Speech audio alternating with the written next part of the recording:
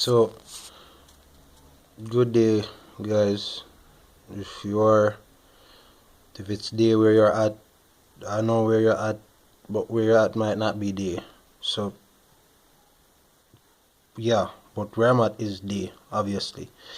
It's Outcast. I just want to give you guys a little talk. I don't know if it's gonna be a little talk or a long talk, but you know, I I do believe in the powers of words. I do believe that words do create and do have an impact on the soul. And so, I don't know if you guys will ever see this video, but when the day comes and you guys see this video, I might not be around or I might be around, I don't know.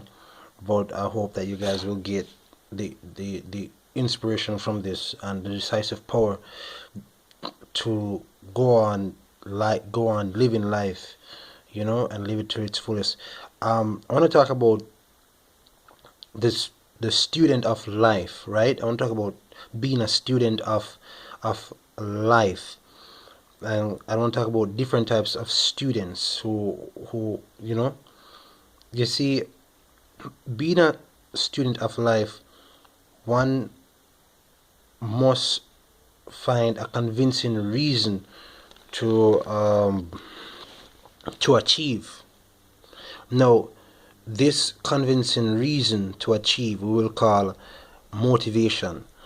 Now, you have two types of motivation. Two types of motivation. I know some people say two is funny man number, but not here. Two types of motivation.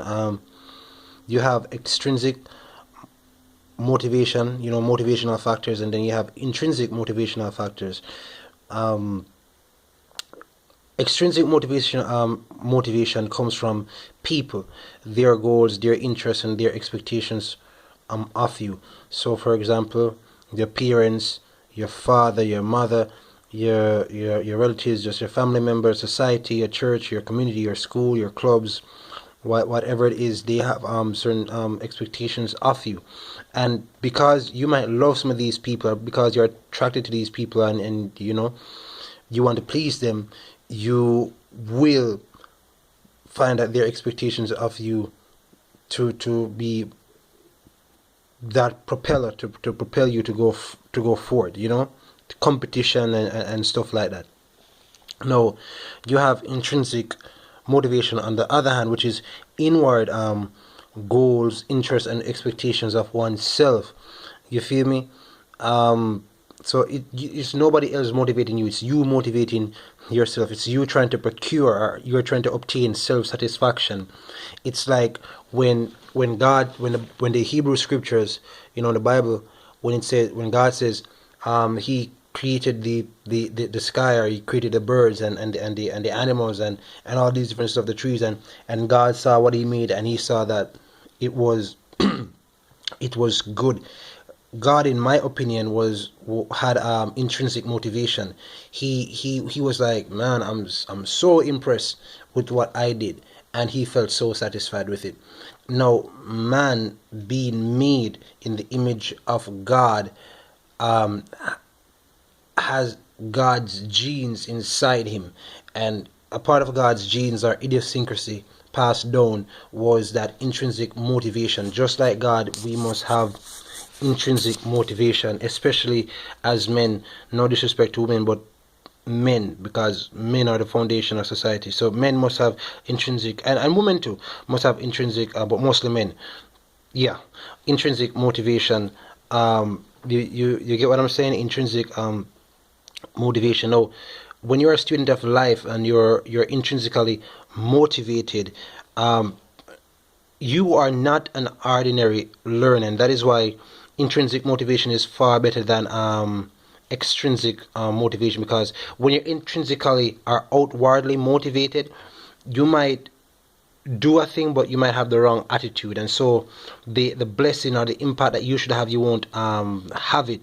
You feel me? It's like what the old adage say, you can what compel a man, you might compel a man against his will, but he haven't but he still has his opinion still. Yeah, so yeah, you can compel a man against his will, but he have his opinion still.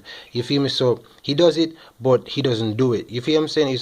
It's like back and forth. It's like, you know what I'm saying? It's like some of you guys are trying to get that girl to like you, and you try to do everything. You sim for her, or you try to do whatever, and she might just be with you, but she's not really into it. You feel what I'm saying? Because it wasn't. She doesn't have any natural motivation. She's just doing it for the clout.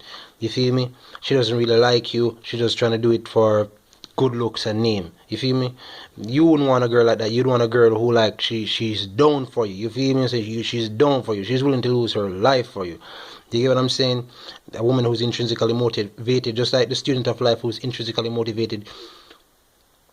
You are not an ordinary learner. I hope no message is coming on my thing. I'm talking to my people. Hey, you're intrinsically motivated. So what does this mean?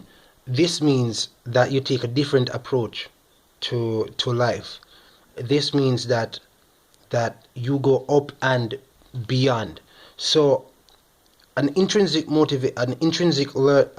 student who has intrinsic motivation, and you guys can take a sip or take a drink of water and do a push-up for every time I say intrinsic motivation. By the time I'm finished saying intrinsic motivation, I promise you will have ripped abs and all the girls will like you. You can thank me later.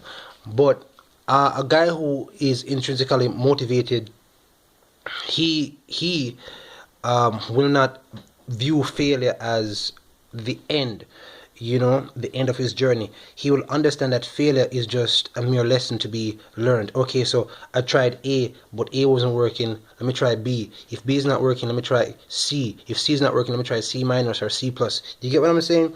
He is always seeking for different avenues and different ways to attain what he wants to attain. He doesn't see discrepancies and incongruity, you feel me, as deterrents from achieving his purpose.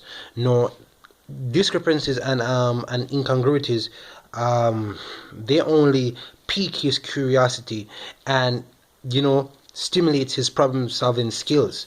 He is not afraid to ask for help.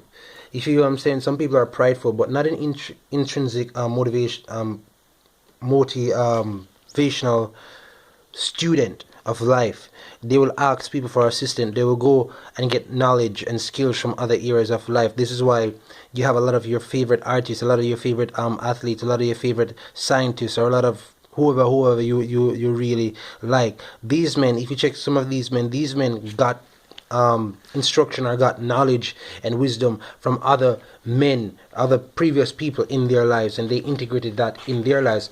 So you, as an intrinsic motivator, a learner of that sort, you must also draw information from other places, inspiration from other places.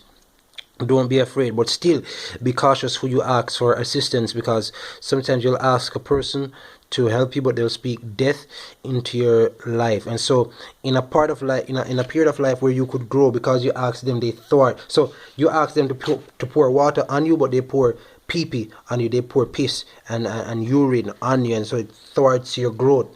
You feel me?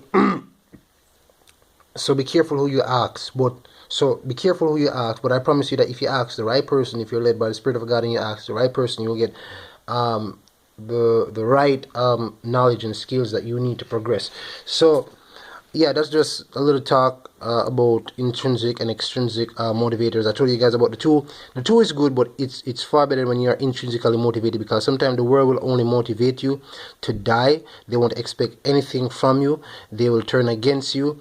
They will just view you as trash, as garbage, and you will have to look within yourself. You, the man who was made in the image of God, or you, the lady who was made in the image of God, you will have to look within yourself and find that motivation, not to stay here and weep and holler in hopeless tantrum, but to find that strength to get up and to move on and to just give your best at life, So yeah, that's it. I don't have anything else to say to you guys. Peace. OutXcast out. You feel me? Yeah, that's it.